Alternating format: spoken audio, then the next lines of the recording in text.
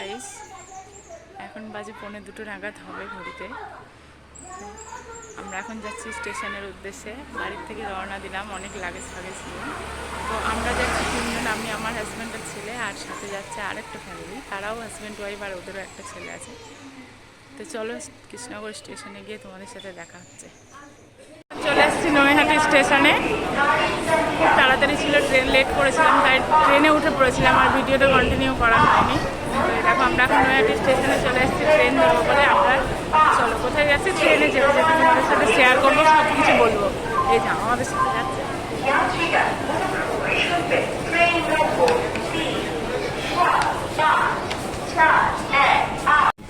আমরা ট্রেন নিয়ে উঠে পড়েছি। এই দেখো